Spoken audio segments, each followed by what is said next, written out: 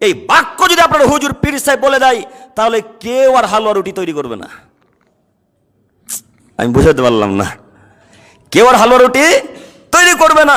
কেউ মুঠ ভরে ভরে আপনার পীর সাহেবকে টাকা দিতে যাবে না, কেউ খাদ্য চাল দিতে যাবে না, কেউ হালুয়া রুটি দিতে যাবে না।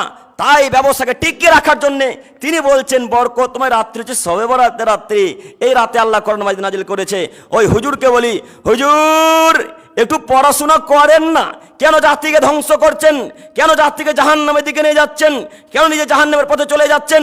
এই জন্য গত সপ্তাহে শুক্রবার রামনগরে বলেছিলাম, হুজুর গুল গুটকা খেয়ে খেয়ে খেয়ে খেয়ে ব্রেনটাকে নষ্ট করে দিয়েছে। গুল গুটকা খেয়ে খেয়ে খেয়ে আয়াতগুলোকে ভুলে গেছে। ও হাদিসও পড়ে না, কোরআন মাজিদ তেলাওয়াত করতে জানে না, কোরআনও পড়ে না। আল্লাহ নবী, আল্লাহ তাআলা বলছেন, আমি কোরআন নাজিল করলাম রমজান মাসে, এই কদর রাত্রিতে। হুজুর কি হিসেবে বলে রমজান মাসে কদর নাজিল হয়নি, শবে বরাত নাজিল হয়েছে? কথা ভুল। হুজুরের সাথে কিয়ামত পর্যন্ত চ্যালেঞ্জ, কোন মায়ের বেটা যদি প্রমাণ করে দিতে পারে যে কোরআন মাজিদ শবে বরাতে নাজিল হয়েছে, লাইলাতুল কদর নাজিল হয়নি বা রমজান মাসে নাজিল হয়নি, ওই দিন থেকে আমি তার গোলামি করবো ইনশাল্লাহ। সারা জীবন যতদিন বলবে আমার কাজ করতে, আমি ততদিন তার নিকটে কাজ করবো ইনশাল্লাহ। রামনগর তেঘরি, এই তেঘরি পাড়ার মানুষকে বলে যাচ্ছি, আপনি আজকে থেকে খুঁজতে শুরু করেন, আপনি হাদিস কোরআন যাচাই বাছাই করেন।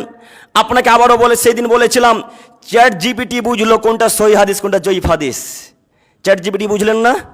জিমিনি চ্যাট জিপিটি এআই বুঝলো কোনটা সহি হাদিস কোনটা জয়ীফ হাদিস, কিন্তু আপনার গুলখোর গুটকাখোর হুজুর বুঝলো না কোনটা জয়ীফ হাদিস। এই তো হুজুরের অবস্থা। হুজুর গুলগুটকা খেয়ে খেয়ে ব্রেনটাকে নষ্ট করেছে। হুজুর আপনাকে বলে যাচ্ছি, আবার পড়াশোনা করে যাচাই বাছাই করে জাতির সামনে কথা ফিরিয়ে নিয়ে বলেন, জনগণ সেই দিন আলোচনাতে বলেছিলাম যে লাইলাতুল কদরে কোরআন মাজিদ নাজিল হয়নি, শবে বরাত নাজিল হয়েছিল। এই বাক্য আমি আজকে ফিরিয়ে নিচ্ছি। আজকে আমি তওবা করে বলছি যে লাইলাতুল কদর রাত্রেই আল্লাহ কোরআন মাজিদ নাজিল করেছিলেন। এটাই বলতে হবে, এটাই চূড়ান্ত কথা। এমন কোন মায়ের বেটা পৃথিবীতে বসবাস করেনি বা বলতে পারবে না যে রমজান মাস ব্যতীত অন্য কোনো মাসে কোরআন নাজিল হয়েছে। ওকে যদি হাদিস কোরআন দিয়ে এই এলাকাতে পুঁতে না দিতে পারি, তো জাতির সামনে কথাই বলবেন ইনশাল্লাহ। আপনাদের সাথেও চ্যালেঞ্জ, খুঁজতে শুরু করুন আজ থেকে।